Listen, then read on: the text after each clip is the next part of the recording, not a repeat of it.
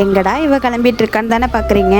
நாகப்பட்டினம் தாங்க போகிறோம். எங்கள் அம்மா ஊருக்கு போகிறோம். நாங்கள் எப்போதுமே ட்ரெயினில் தாங்க போவோம். ட்ரெயின் அவைலபிள் இல்லாததுனால பஸ்ஸில் போக வேண்டிய சூழ்நிலை வந்துடுச்சு. அதுவும் 11:30க்கு பஸ்ஸு.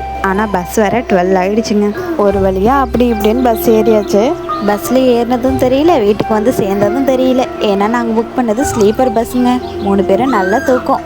ஊருக்கு வந்தோடனே பாப்பாவுக்கு ஒரே குஷி தான். அப்பா கூட ரவுண்டிங் தான் போயிட்டு வந்தாங்க. நாங்கள் இப்போ ஊருக்கு வந்ததுக்கான ரீசன் எங்கள் அக்காவுக்கு உடம்பு சரியில்லை. அண்ட் பாப்பாவுக்கு நெக்ஸ்ட் மந்த் மொட்டை அடித்து காது குத்துறோம்.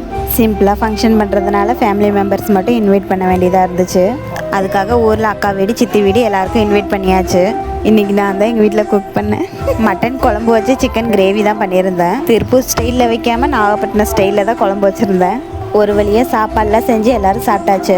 மச்சான் கடையிலேருந்து வரும்போது ஐஸ்கிரீம் தான் வாங்கிட்டு வந்திருந்தாங்க. எல்லோரும் சாப்பிட்டோம். ஐஸ்கிரீம் சாப்பிட்ட குசியில் வீடியோ எடுக்கிறதே மறந்துட்டேங்க நான்.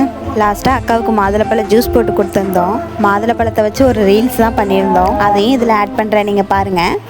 எதுக்குடா மாதுளப்பழம் சாப்பிட்டுட்டு இருக்க? சாப்பிட்டா டாக்டர் ரத்தம் ஊறுனாங்க. என்னடா இதுக்கே நீ தான் ரத்தம் கொடுக்கணும் போல.